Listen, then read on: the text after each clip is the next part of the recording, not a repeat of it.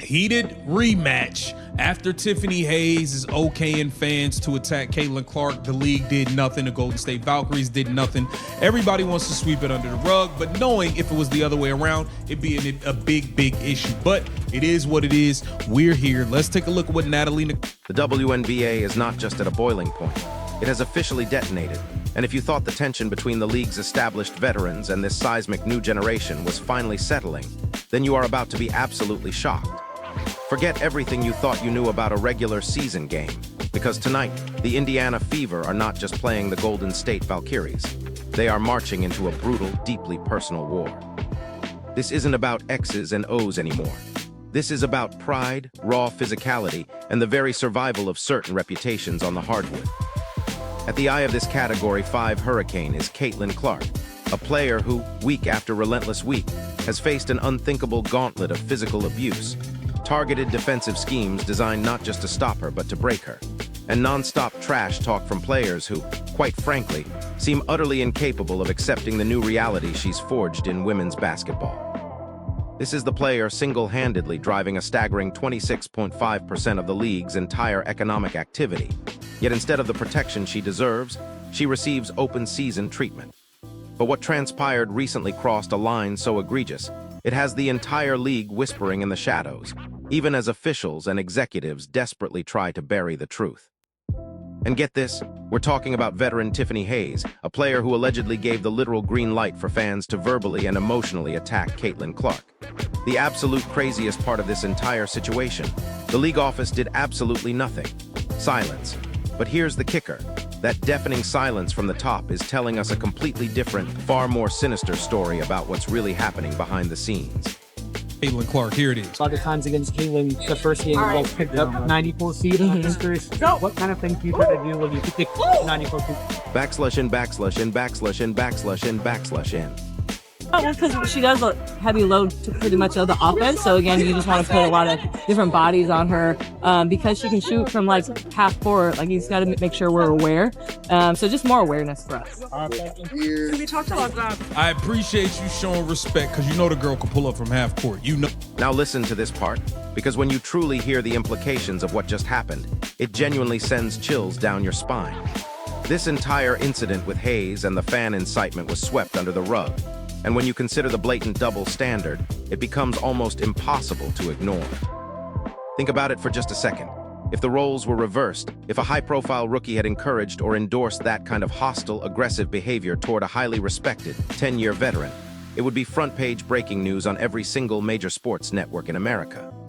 Suspensions would be handed out immediately, the fines would be absolutely astronomical, and public apologies would be mandatory from the player, the team, and probably even the league commissioner herself.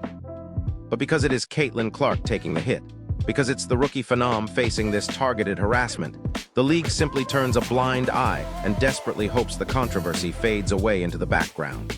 It's a complete dereliction of duty, and it speaks volumes about who the league truly values. It don't matter. It don't matter where you guard Caitlin today. She gonna light your ass up. It don't matter which way you send her. You send her left, you send her right, you send her up, you send her down.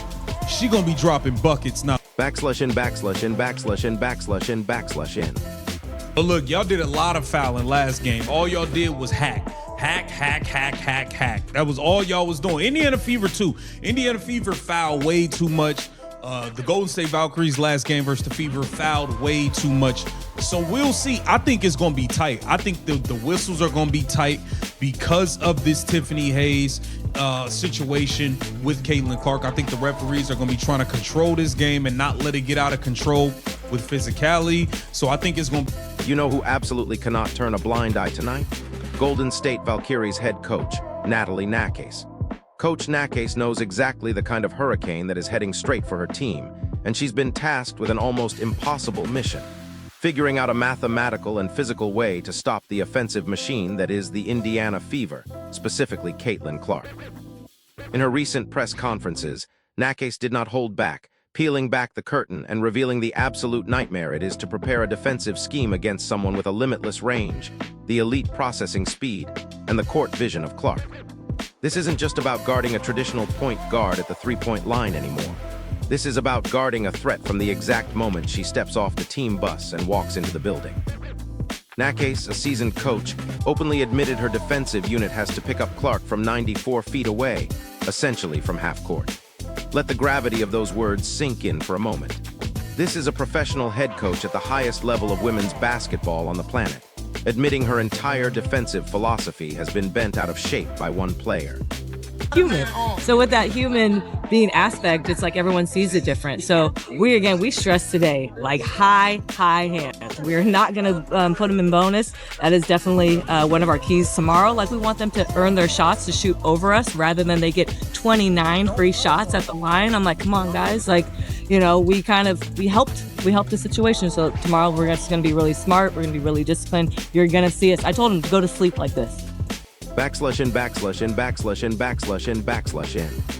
Caitlin Clark has the ability to turn a team's home game into a road game at the snap of a finger. This is going to be a big time battle. We'll see what Tiffany Hayes is on. We'll see if she's still barking. Last time you barked up that tree, it fell on you, and I don't think you liked it. I don't think you liked it because you was on social media begging for help and begging for people to do stuff. Yeah. You might want to be quiet this game. This unprecedented challenge bends the geometry of the basketball court itself, forcing teams into strategies that require an unheard-of level of cardiovascular stamina, hyper-awareness, and pure desperation just to keep up. The Valkyries have been throwing multiple bodies at her. They are trapping, they are blitzing, they are trying every single trick in their defensive playbook. They even brought in players like Veronica Burton, a guard known entirely for her defensive tenacity and grit, specifically to try and disrupt Caitlin's rhythm. Burton talked about being intentional, about following the scouting report, trusting the game plans, and obsessively watching the film to pinpoint exactly where Caitlin likes to take her shots. But here's the brutal, painful truth. Film study, specific scouting reports, none of it means absolutely anything when a player can casually pull up from the logo with two elite defenders breathing down her neck and drain it like it's a layup. You can try to force her left, you can try to force her right, you can try to trap her in the corner of the floor, it simply does not matter. The offensive firepower is too overwhelming, the release is too quick, and the range is too deep. It's non-stop buckets, and that's the harsh reality the Valkyries have to accept. Backslash in, backslash in, backslash in, backslash in, backslash in. But here's where it gets absolutely wild. Because these opposing teams know deeply in their hearts that they cannot stop her fairly, they have resorted to a much darker, much more dangerous strategy. If you cannot legally block her shot, you hit her arms. If you cannot stay in front of her with footwork, you lower your shoulder and push her. The previous matchup between these two teams was not a basketball game. It was a heavyweight street fight, a brutal, chaotic slugfest. The physicality reached a level that bordered on reckless endangerment, and the Golden State Valkyries realized very early on in that previous game that their only chance to stay competitive was to aggressively bully the Indiana Fever. They hacked, they grabbed jerseys, they threw cheap shots away from the ball. They played a brand of defense that intentionally dared the referees to blow the whistle on every single possession, creating a climate of fear and intimidation. And for a short period of time, it actually worked. It completely changed the dynamic and the momentum of the game, throwing the Fever off their rhythm. Backslash in, backslash in, backslash in, backslash in, backslash in. But you cannot play that chaotic style of basketball forever without severe consequences. The fouls piled up, the frustration boiled over into shouting matches between players, and now, as we head into this highly anticipated rematch, the entire officiating crew is operating under a massive microscope. That hack-at-all-costs defensive philosophy from the last game, tonight is going to be a completely different story. The referees are feeling the immense pressure from the millions of fans watching at home, from the sports media tearing them apart on national television for their previous inaction, and certainly from the league executives who desperately want to avoid another PR disaster. They know they have to keep this game under strict control, especially with the lingering, toxic tension surrounding Tiffany Hayes' alleged actions. If they let the physicality escalate again tonight, someone is going to get seriously injured, and the league knows it cannot afford that fallout. We are expecting a very tight whistle tonight. We are expecting the referees to set a hard boundary in the first 5 minutes of the first quarter, sending a clear message to the Valkyries. Backslash in, backslash in, backslash in, backslash in, backslash in. Coach Natalie Nakase is fully aware of this critical shift in officiating. She knows her team cannot afford to put the Fever in the bonus early and give up 29 free throws again, as they did in their last outing. She knows that if her players continue to hack like they did last week, Caitlin Clark and the Fever will practically live at the free throw line, draining shot after shot and completely controlling the pace of the game. Nakase even joked with the media about the extreme, almost comical measures her team has to take in practice just to avoid fouling. She said her players are literally practicing going to sleep with their hands straight up in the air, a clear sign of the massive psychological and physical adjustment required for a defensive unit that relies almost entirely on aggression and intimidation. Because if you drop your arms or reach in for even a split second, Caitlin Clark will instantly expose your mistake. She will initiate the contact, she will finish through the foul for the bucket, and she will head to the free throw line to complete the coveted three-point play. Backslash in, backslash in, backslash in, backslash in, backslash in. This is the brilliant chess match we are about to witness, where coaches have to pick their poison.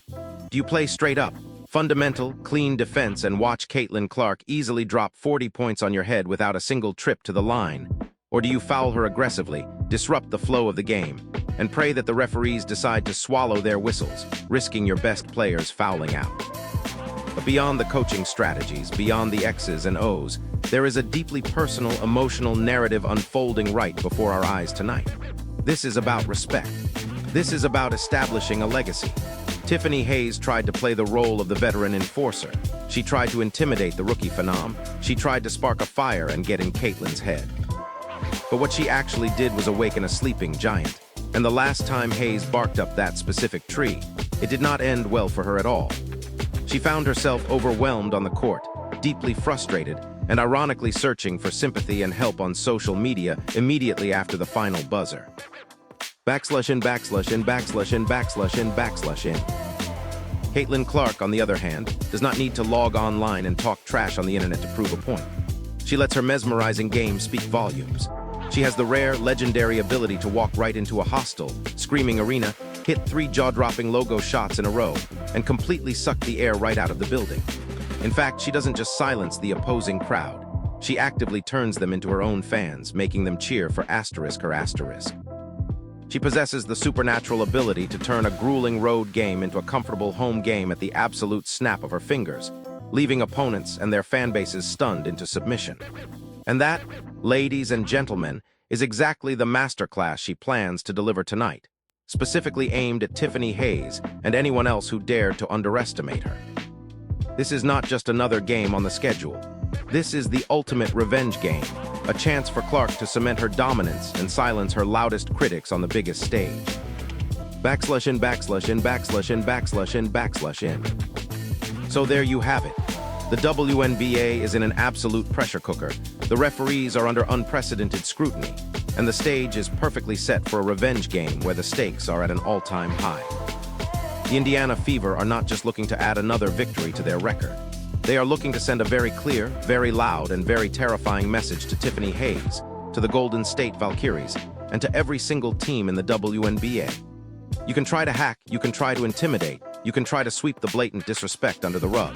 But when the lights shine the absolute brightest, true greatness always prevails. This isn't just about basketball anymore. It's about the future of the league and who gets to define it.